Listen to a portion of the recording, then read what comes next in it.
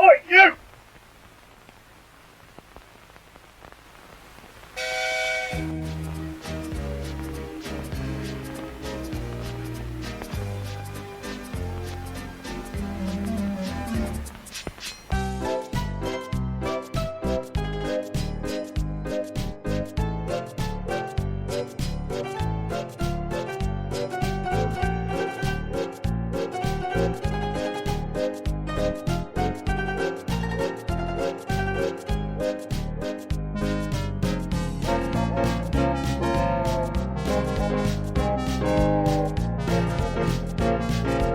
Thomas and the Breakdown Train.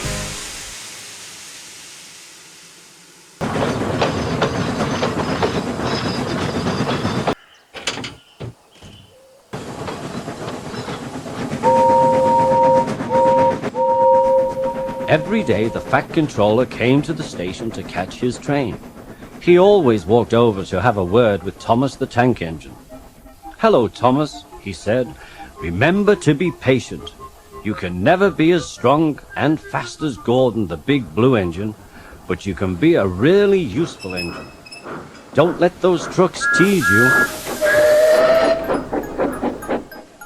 There were lots of trucks at the station. They were silly and noisy. They talked too much and played tricks on engines that they were not used to.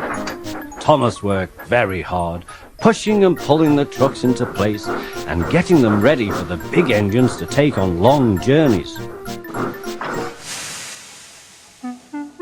There was also a small coach and two strange things that his driver called cranes.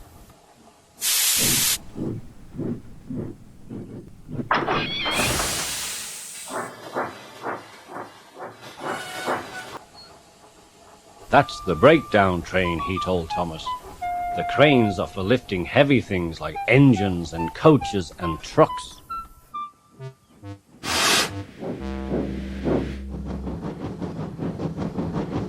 One day, Thomas was very busy in the yard. Suddenly, he heard an engine whistling. "Help! Help!" When he looked towards the line, he saw a goods train come rushing through, much too fast. Thomas could see that it was James. He was screaming and whistling. His brake blocks were on fire. "They're pushing me! They're pushing me!" he panted.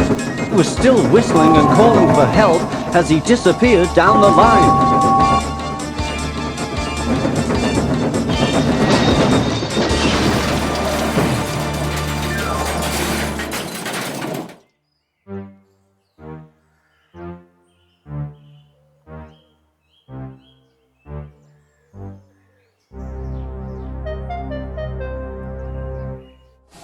"I'd like to teach those trucks a lesson," said Thomas. Then came the alarm. "James is off the line! Pitch the breakdown train!" quickly shouted one of the men.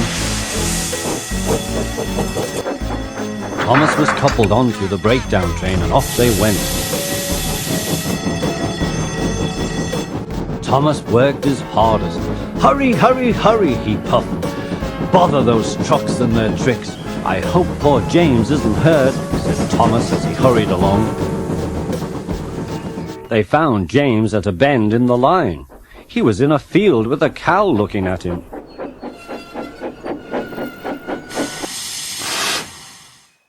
James's driver and the fireman were feeling him all over to see if he was hurt. "Never mind, James," they said. "It wasn't your fault.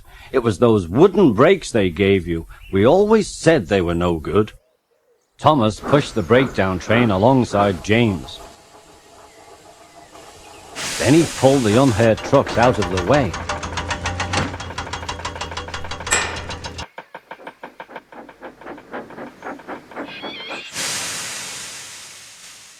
"Oh dear," they groaned.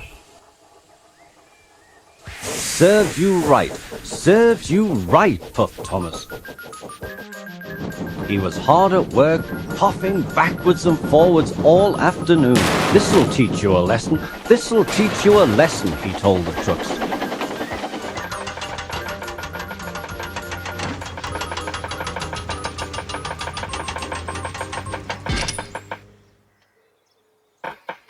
They left the broken trucks, and then with 2 cranes they put James back on the rails.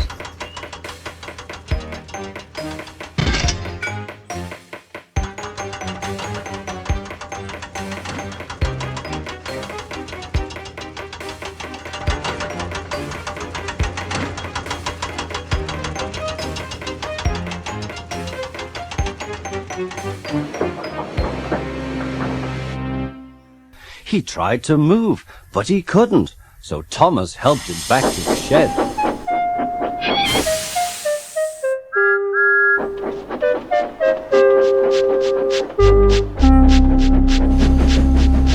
The Fat Controller was waiting anxiously for them. He smiled when he saw Thomas. "Well, Thomas," he said, "I've heard all about it, and I'm very pleased with you.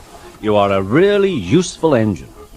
James shall have some proper brakes and a new coat of paint," he said. "And Thomas, you shall have a branch line all to yourself." "Oh, thank you, sir," said Thomas, feeling very proud.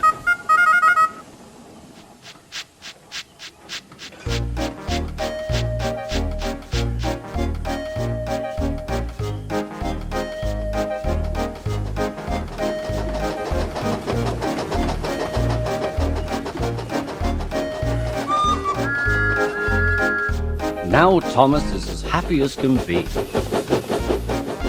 He has a branch line and 2 coaches called Annie and Clarabel. Annie can only take passengers, and Clarabel can take passengers' luggage and a guard. They are both old and need new paint, but Thomas puffs proudly backwards and forwards with them all day. He is never lonely. His friends stop quite often to tell him the news. Gordon, the biggest and proudest engine, is always in a hurry, but he never forgets to say "poop, poop," and Thomas always whistles "peep, peep" in return.